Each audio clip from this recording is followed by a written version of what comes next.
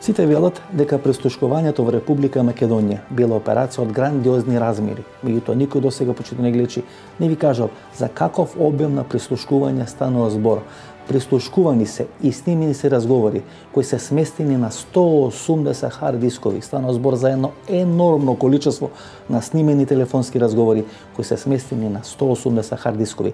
Секој кој се разбира во компјутерска техника ќе ви каже дека снимени разговори на 180 хард дискови всушност значат огромно количество на снимени телефонски разговори. Целата операција се спроведува во период од 2010 до 2014 година, кога во Република Македонија е набавена израелската опрема. Постоја два системи, главниот оперативен систем и резервниот оперативниот систем.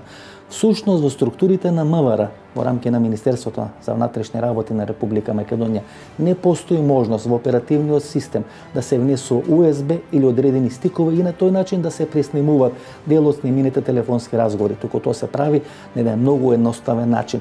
Не се користи главниот оперативен систем, туку се користи резервниот систем кој всушност треба да биде одредена бекап или резервна варијанта ако не функционира главниот оперативен систем.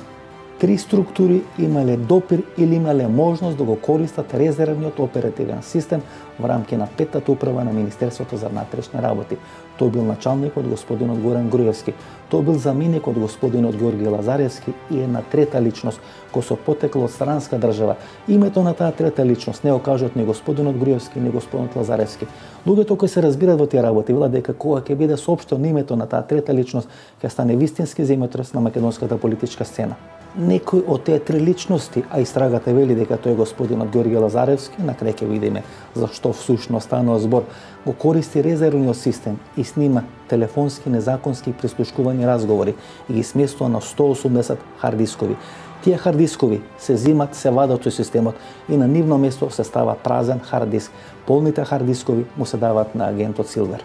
Ако целата операција се реализира во период од 2010 до 2014 година, ако првичните контакти на господинот Верушевски со господинот Зоран Заев се остваруваат дури на крајот на 2014 година, тогаш тука се поставува прашањето, почитувани гледачи, зошто и за кого некој снимал во период од 2010 до 2014 година, кога се воспоставуваат првичните контакти на Верушевски и Зоран Заев. Ние се обративме до специјалното јавно обвинителство и таму ни кажа дека кај нив е доставен само еден хард диск. Тука се поставува прашањето каде завршија тие 179 преостанати хард дискови на кои биле снимени недозволени телефонски разговори.